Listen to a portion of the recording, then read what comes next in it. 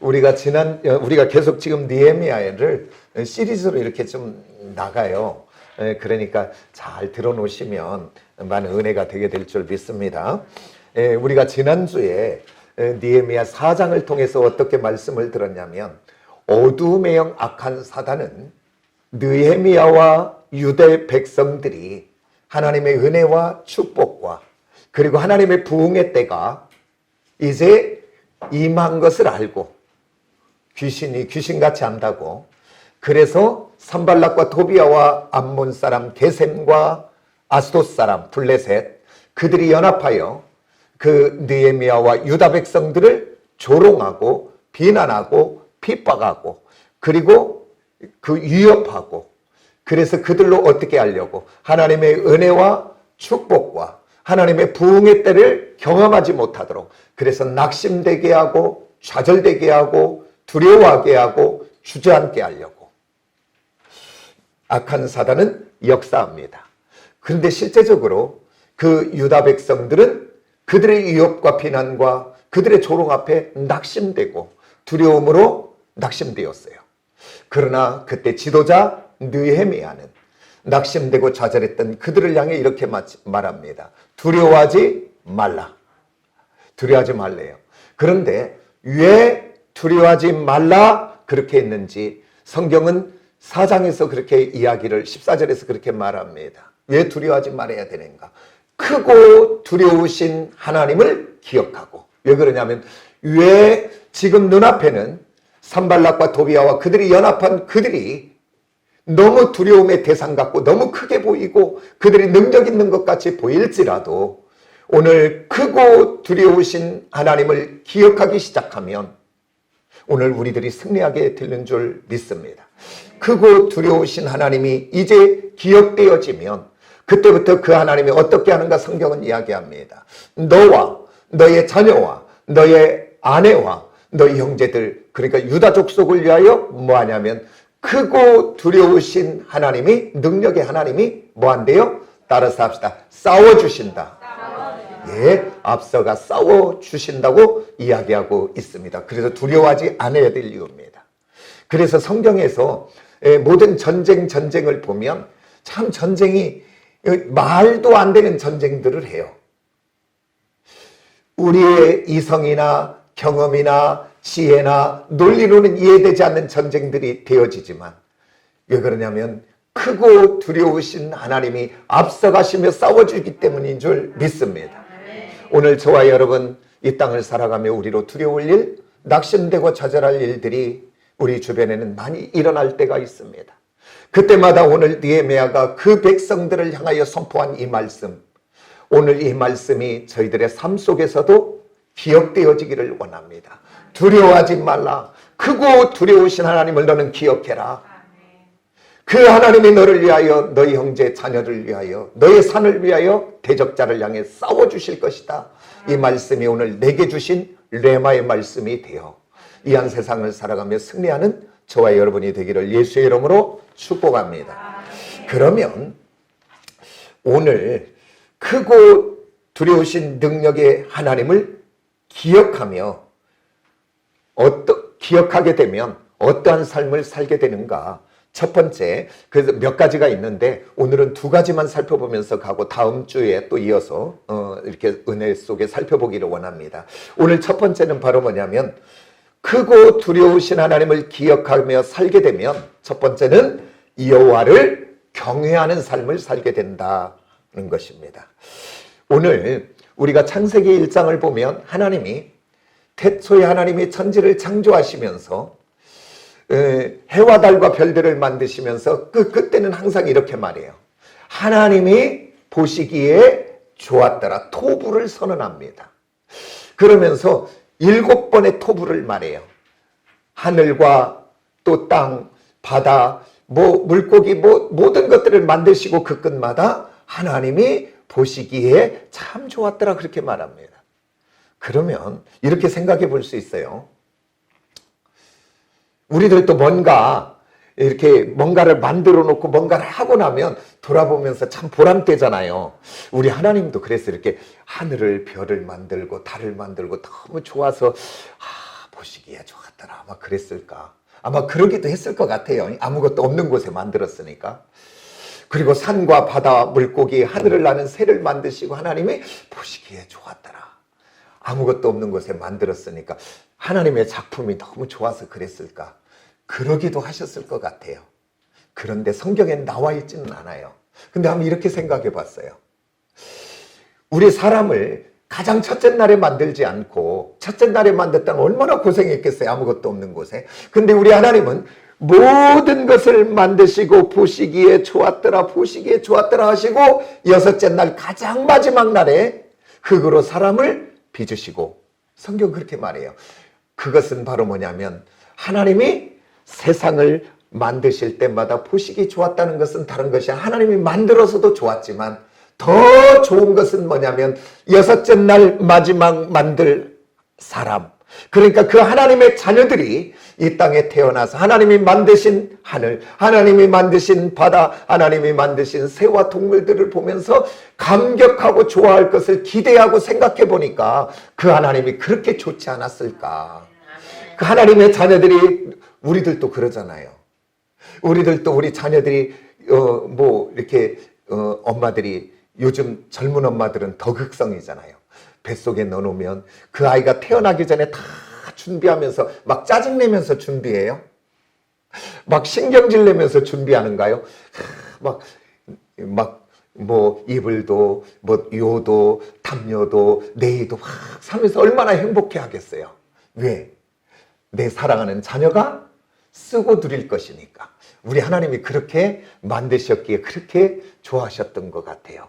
그러면서 창세기 27장에 하나님이 하나님의 형상을 따라 남자와 여자를 창조하시고 끝난 것이 아니라 28절로 딱 넘어가면서 가장 먼저 한 것이 뭔지 아십니까?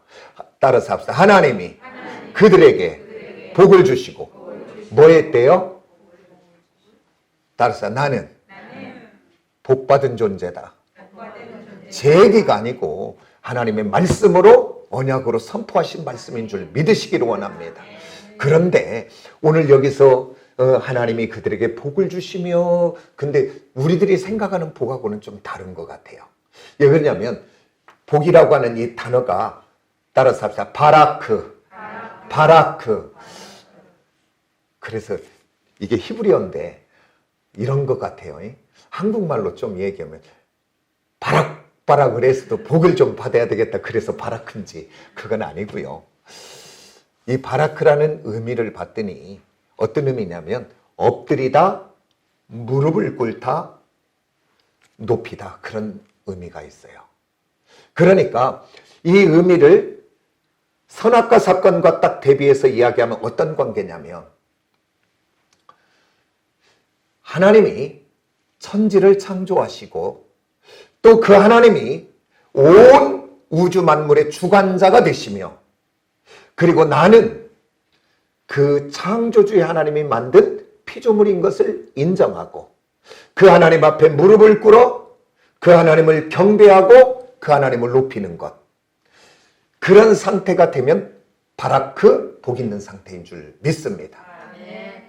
그래서 오늘 저와 여러분 하나님 앞에 이 질서 속에 내가 하나님 앞에 무릎 꿇고 하나님 앞에 엎드리고 하나님을 높이는, 그러니까 오늘 우리들의 예배가 바로 이런 예배가 돼야 됩니다.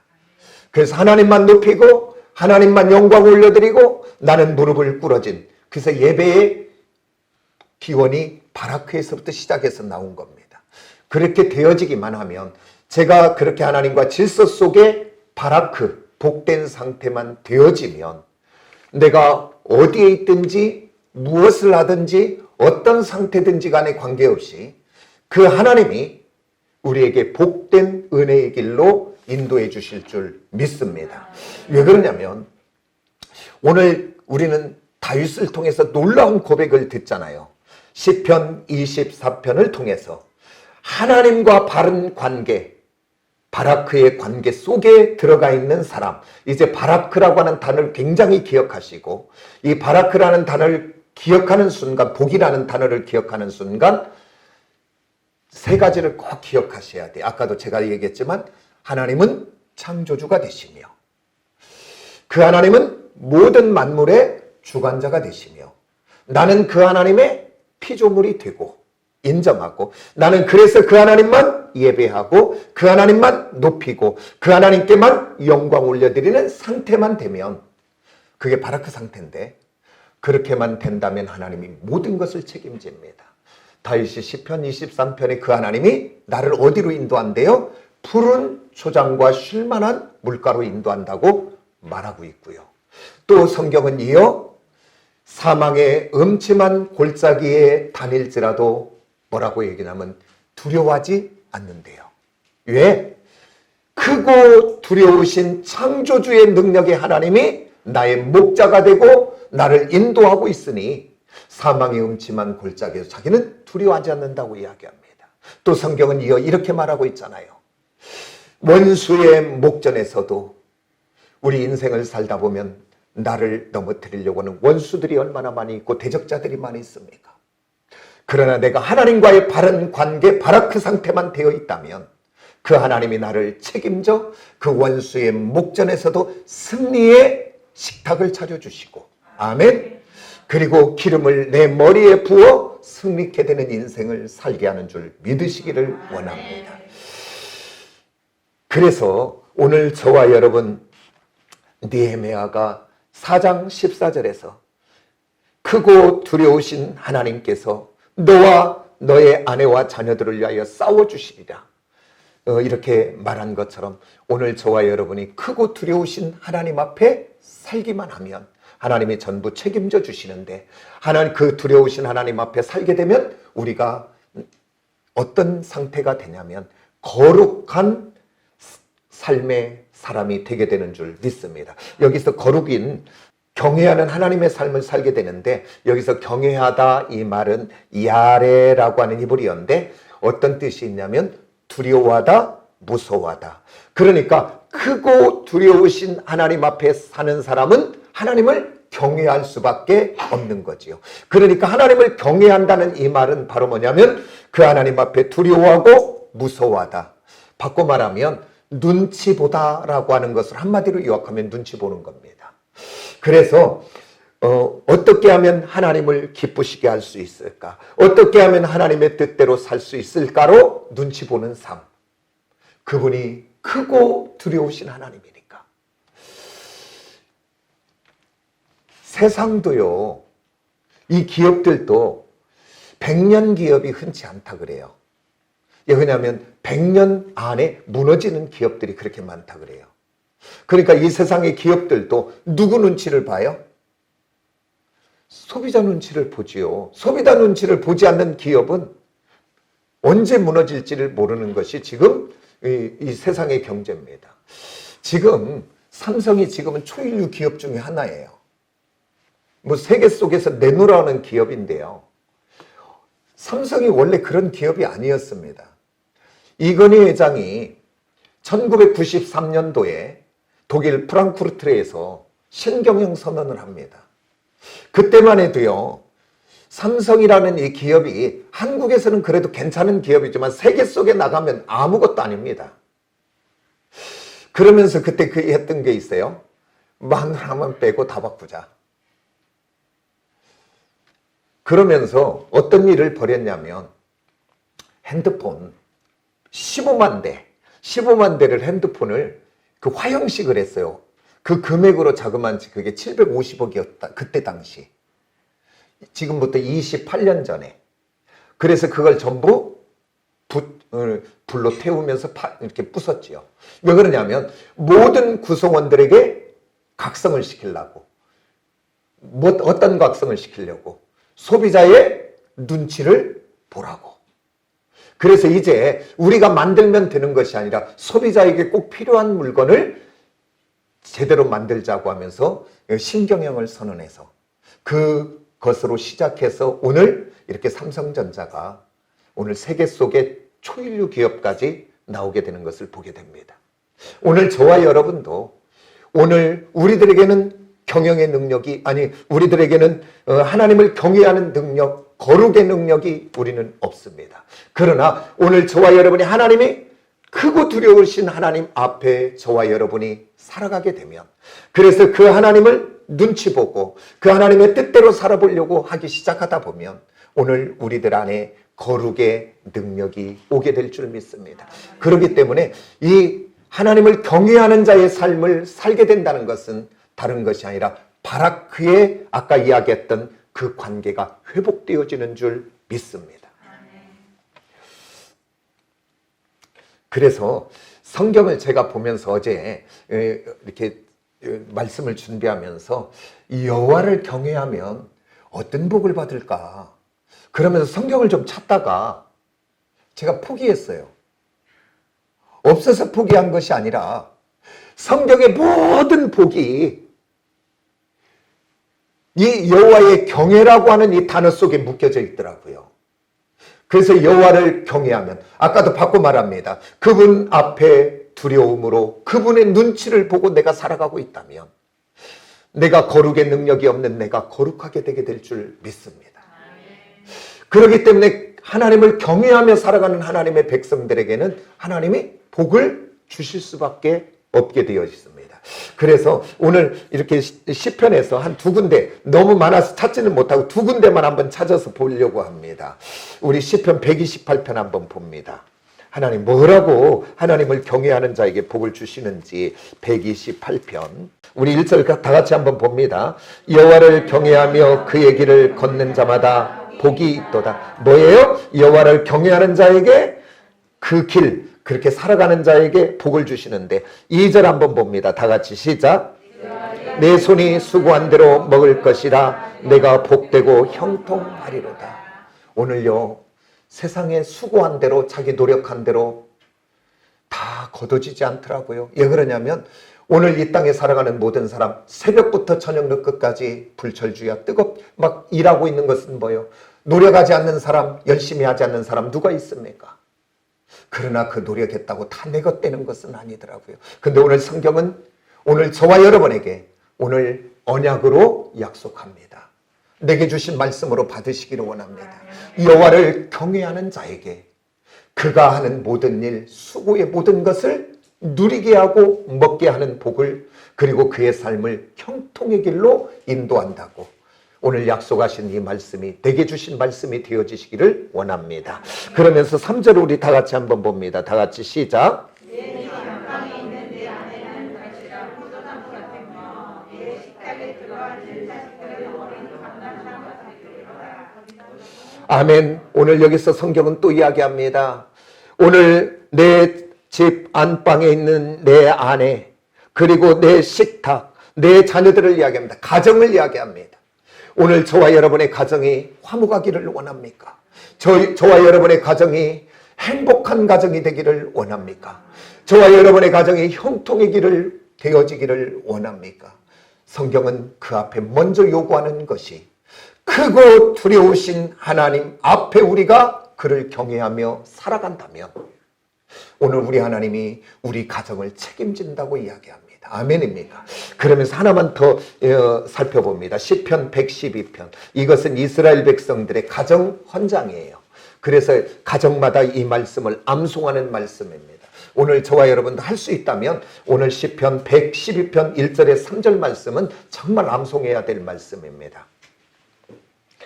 우리 다 같이 한번 봅니다. 1절로부터 3절까지 다 같이 시작. 할렐루야. 여호와를 경외하며 그의 계명을 복이 있도다. 그의 후손이 땅에서 강성하며 정직한 자들의 후손에게 복이 있으리로다. 부와 재물이 그의 집에 있으며 그의 공의가 영구히 서 있으리로다. 하나님은 복을 주시는데 그 전제가 여호와를 경외하며라고 이야기합니다. 여호와를 경외한다는 것은 그 하나님 앞에 두려움과 떨림으로 크고 두려우신 하나님 앞에 내가 그분의 눈치를 보며 나의 삶의 전 영역에서 그 하나님을 기억해내며 먼저 살아가는 하나님의 자녀들에게 오늘 축복해 주시는데 그의 후손이 땅에서 강성하며 자손 이어 복을 주시는 축복을 주시겠다고 성경은 약속하고 있습니다. 오늘 이 말씀이 내게 주신, 우리 가정에 주신 말씀들이 되어지시기를 원합니다. 아멘입니까? 그 다음에 이어서 3절에 이렇게 말합니다. 부와 재물이 그의 집에 있으며, 오늘 이 땅에서 보여지는 축복을 이야기합니다. 땅에 기름진 복을 이야기합니다. 그런데 뭐라고 이야기하냐면 그 공의가 영구히 있어. 그래서 대대손손 영원히 복받기를 원하십니까? 그렇다면 부모된 내가, 믿음의 내가 먼저 하나님을 경외하는 아버지가 되고 어머니가 되기를 원합니다. 그래서 사랑하는 내 자녀들이, 나의 후손들이 오늘 부모된 나의 믿음의 모습, 오늘 나의 삶의 모습을 통하여 그 자녀들도 여호와를 경외하는 법을 배우게 하십시오. 그렇다면 그의 후손이 대대에 강성할 뿐 아니라 영구히 서 있는 영원한 복이 이어받게 하는 것인 줄 믿습니다. 그렇다면 오늘 우리 가정이 대대손손의 복을 받고 영구히 땅의 기름진 복을 받는 비결이 어디 있냐면, 오늘 부모된 우리가 어떠한 믿음, 어떠한 상태, 어떠한 자세 속에 오늘 내가 신앙생활하고 믿음생활하고 있느냐 그 말입니다. 그 하나님을 경외하는 것으로 그 하나님의 눈치 보며, 그래서 우리의 삶 속에 하나님을 경외하는 자는 거룩해질 수밖에 없습니다. 구별될 수밖에 없습니다. 그래서 그것을 말하지 않아도 우리 자녀들이 보고 배우게 될 줄 믿습니다. 우리 모두 그런 부모가 되어지시기를 원합니다. 우리 하나님을 경외하는 자는 구별될 수밖에 없습니다. 저는 성경을 보다가 참 좋아하는 우리 부목사님 둘째 아들은 다니엘이에요. 너무 좋아서 아마 이름을 그렇게 지었을 것 같아요. 저도 너무 좋아요, 다니엘. 우리 어려서부터 설교 때부터 그 다니엘 설교 얼마나 들어서 좋아요. 그러면서 그 다니엘서를 오늘 말씀 다 준비하다가 마지막에 좀 기도하면서 준비하면서 또 봤어요. 성경은 이야기합니다. 다니엘에 대해서. 그는 세 개의 나라, 4명의 왕을 거치면서 그는 최고의 위치 총리로 있었습니다. 그럼 우리는 이렇게 말할 수 있어요. 세상은 이렇게 사바사바 잘하고 아부 잘해야 4명의 왕을 통하면서도 그렇게 총리가 될 수 있었다는 것은 막 아부를 잘해서, 아니 그건 아니죠. 우리 다니엘서를 보면 그는 예수 믿는 것 때문에 사자굴에 들어가는 것도 죽음을 불사하는 그 각오의 사람이요 결단의 사람입니다. 그는 아부의 사람이 아닙니다. 그러면서 그가 다니엘 왕 때, 다리오 왕 때 120 관리들을 세우고 총리를 3명을 세워. 근데 그 총리 중에서 가장 다니엘이 민첩하고 지혜롭기에 최고의 총리의 자리에 서 있을 때 그 고위 관료들과 그 총리들이 다니엘을 시기하고 질투하여 어떻게 하면 죽일까? 어떻게 하면 그의 허물을 찾을까? 찾아봤는데 성경은 이렇게 증언하고 있습니다. 뭐라고 증언하냐면, 총리와 고관들이 고발할 근거를 찾고자 하나 아무 근거, 아무 허물을 찾지 못하더라. 그는 충성되어 아무 그릇됨이 없었고 그는 충성되어 아무 허물이 없었다. 그렇게 성경은 증언하고 있습니다. 어떻게 사람은요 다 그 자리와 그 시간이 우리를 타락되게 하고 무너지게 하고 죄짓게 하더라고요. 그런데 이렇게 다니엘은 십수년의 최고의 위치에 있으면서도 아무 허물, 아무 근거, 그 다음 어떤 그릇됨이 없다고 성경은 다니엘이 하는 것이 아니라 그 죽이려고 하는 자들의 입을 통해서 말하고 있는 것입니다. 어떻게 이렇게 거룩한 자, 바른 자의 삶을 살 수 있었을까? 다니엘의 능력일까요? 다니엘의 어떤 의지일까요? 다니엘의 어떤 다른 것일까요? 그게 아니라 그도 우리와 똑같은 성정을 가진 사람입니다. 그도 타락될 수밖에 없고 그로 변질될 수밖에 없는 육을 가진 다니엘은 어떻게 이렇게 살았을 수 있는가? 그는 사람 앞에 살지 않고 크고 두려우신 하나님 앞에 살았기에 그는 거룩해질 수밖에 없었는 줄 믿습니다. 오늘 저와 여러분, 크고 두려우신 하나님, 그 하나님 앞에 그 하나님을 경외함으로 살아 세상에 사는 방법대로 살지 말고 우리는 구별된 자의 삶을 살으면 하나님이 우리의 인생을 책임지게 될 줄 믿습니다. 그 다음 크고 두려우신 능력의 하나님을 기억하면 이제 하나님을 경외하는 삶을 살 뿐 아니라 두 번째는 따라서 합시다. 나의 유익을 구하지 않고 하나님의 영광을 구한다. 아멘. 크고 두려우신 하나님 앞에 우리가 살아가면 그 하나님이 기억되기 시작하면 나의 유익을 위하여 사는 자가 아니라 하나님의 영광을 위하여 살게 되는 줄 믿습니다. 인간은요, 본능적으로 자기 유익을 위하여 살아갑니다. 우리는 나와 우리 가정을 유익을 위하여 살아갈 수밖에 없는 존재들입니다. 부모 자식 간에도 언제 문제가 생기는 줄 아십니까? 부모가요, 자녀에게 주기만 할 때는 아무 문제 없어요. 그런데 부모 자녀 간에 문제가 되어질 때 보면 부모가 어느 날 내가 너를 어떻게 키웠는데 네가 나한테 이럴 수 있느냐? 뭔가를 요구하기 시작하면 그때부터 그 집의 불화가 시작이 됩니다.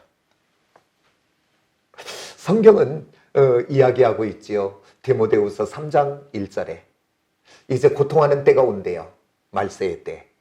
그러면서 말세에 고통하는 때가 이를 텐데 그러면서 가장 먼저 일어날 일 현상 하나를 먼저 이야기합니다.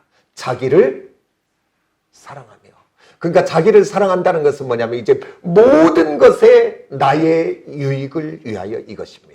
그래서 세상에 모든 가정이 됐든 공동체가 됐든 나라가 됐든 어느 기업이 됐든 어디에서든지 불화가 되고 문제가 터지는 현장마다 나의 유익이 우선이 되고 그리고 또한 내 편 유익을 위하여 뭔가 할 때 그곳에 불화가 오고 갈라지게 하고 갈등이 오게 되는 것을 보게 됩니다.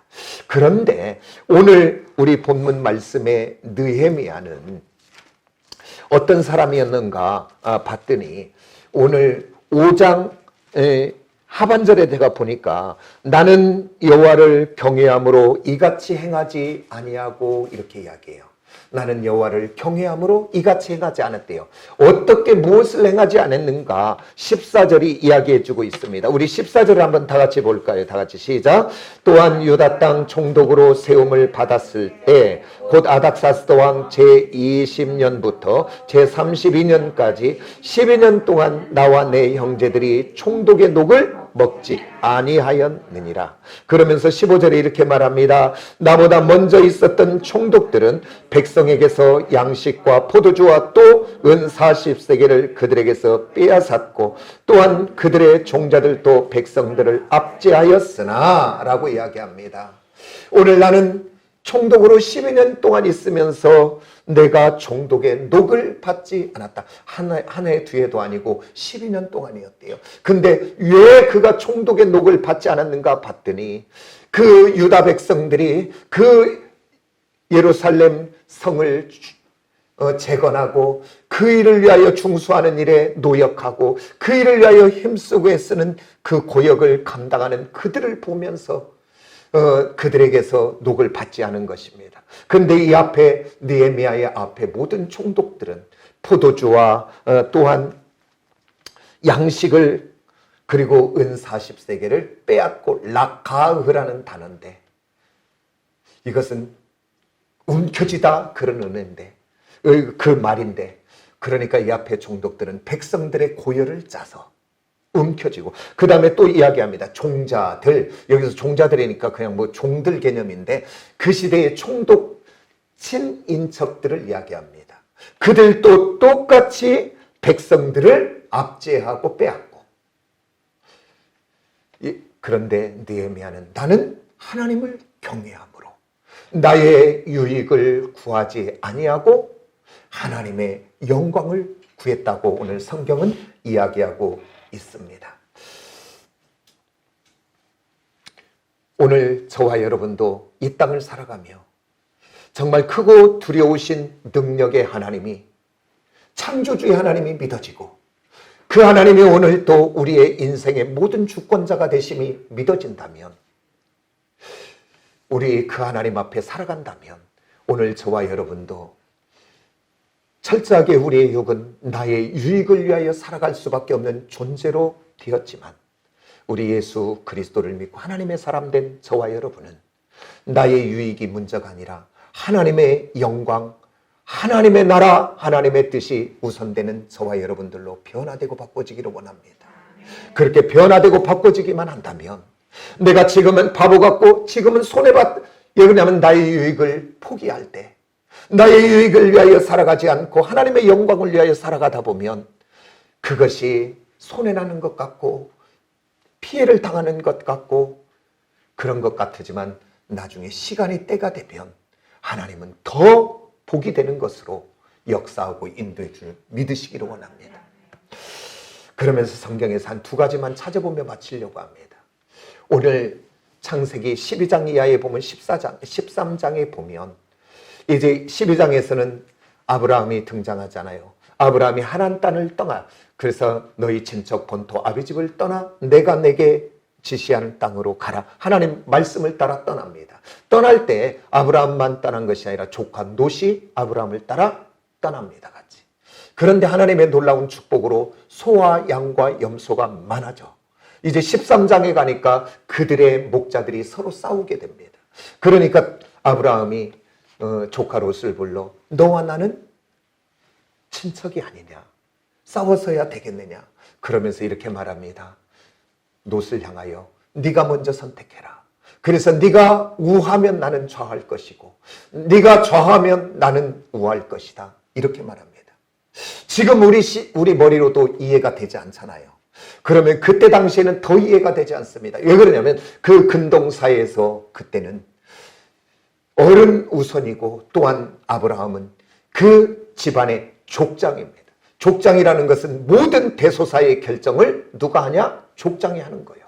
그러니까 먼저 아브라함이 눈을 들어 선택하고 난 다음 롯에게 너는 나를 떠나 저곳으로 가라 그렇게 이야기해야 되는 것이 맞는데 오늘 성경은 아브라함이 말도 되지 않는 자기 유익을 내려놓습니다.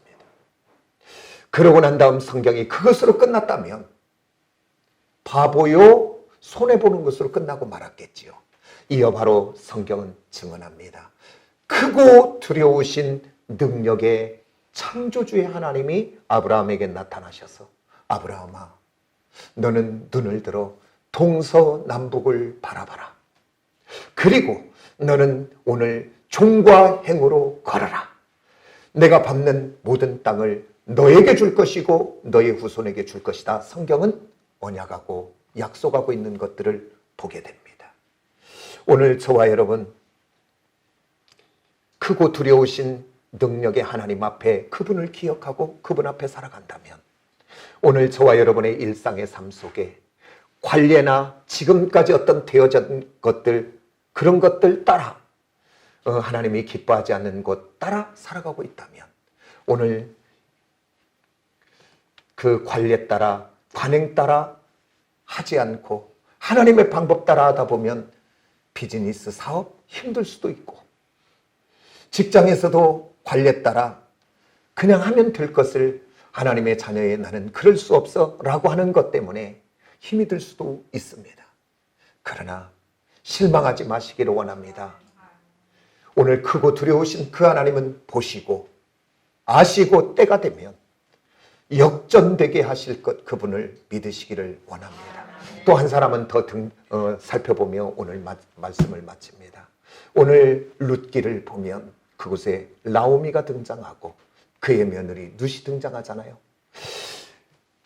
엘리멜렉과 나오미와 말론과 기론 그 한 가족이 베들레헴에 흉년이 드니 이제 모압 땅으로 온 가족이 가서 그곳에 가서 살다가 이제 그 자녀들에게 오르바와 룻이라고 하는 모압 여인을 이제 결혼해서 가정을 이루고 살다가 먼저 엘리멜렉이 죽고 그 다음에 말론과 기론도 죽고 이제 그 집에 여자 셋만 남았어요.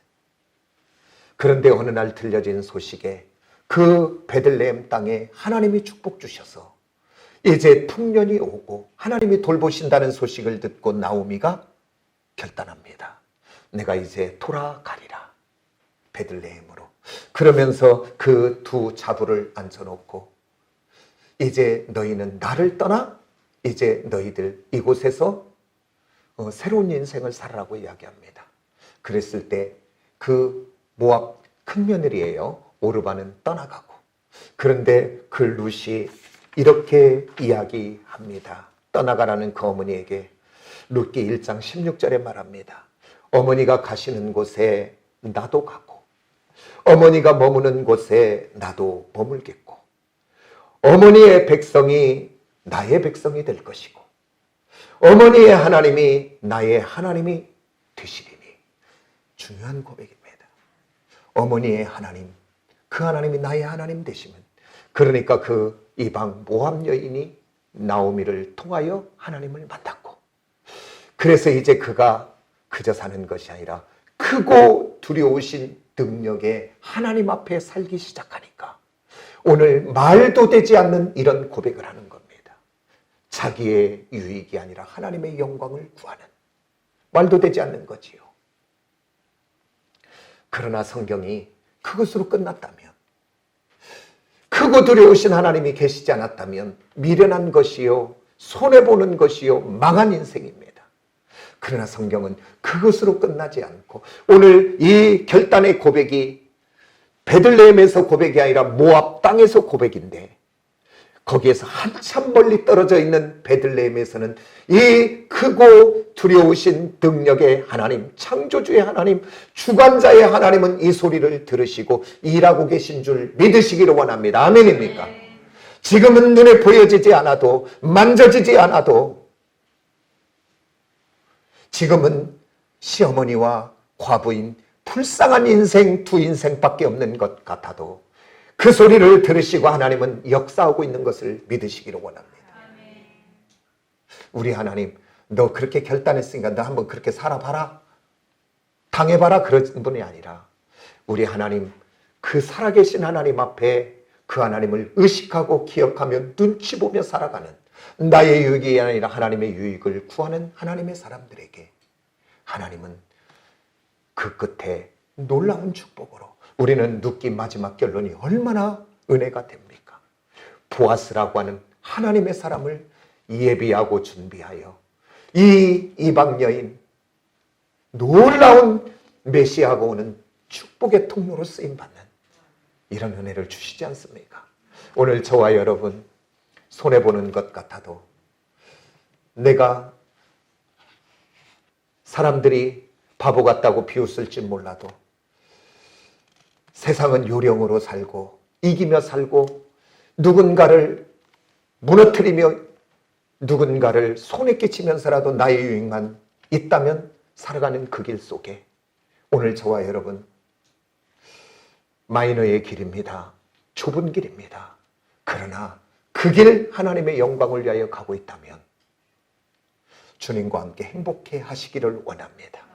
하나님의 시간과 때의 문제지, 그 하나님은 직장에서든 사업장에서든 나의 삶의 모든 영역에서 역전하게 하실 줄 믿습니다.